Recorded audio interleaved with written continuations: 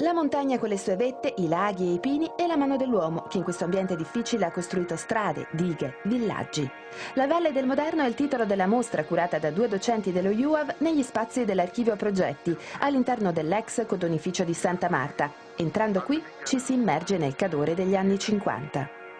L'esposizione ci racconta 3 modi diversi di vivere la montagna, una legata alle grandi opere di ingegneria che hanno segnato la trasformazione dell'alto bacino del Piave e dei suoi affluenti, una legata al suo sfruttamento turistico, con l'esempio straordinario del villaggio Agip a Corte di Cadore, voluto da Enrico Mattei e progettato da Edoardo Gellner e i suoi, diciamo così, collaboratori, e poi il modo di reagire a un disastro che è stato quello del Vajont, la ricostruzione di Longarone.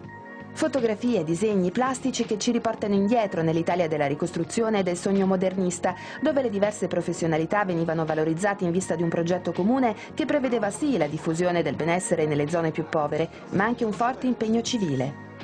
Le prime case che vengono costruite sono un tentativo di ricostruire anche un nucleo abitato e non soltanto una quantità abitabile, per cui le case sono legate insieme, hanno uno spazio pubblico che le tiene insieme e così via, e che la prima opera pubblica che viene realizzata è la scuola elementare progettata da Costantino Dardi.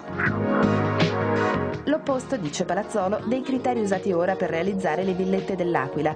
Da questa mostra però c'è anche altro da imparare. Il coraggio, ad esempio, di ripensare una vera valorizzazione delle nostre montagne, magari attraverso una lungimirante politica di grandi opere pubbliche.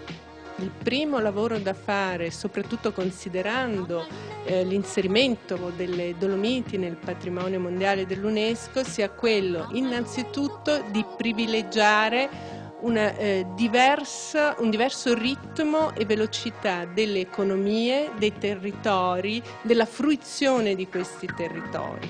La mostra si trasferirà a Longarone il 9 ottobre, anniversario della tragedia del Vajont.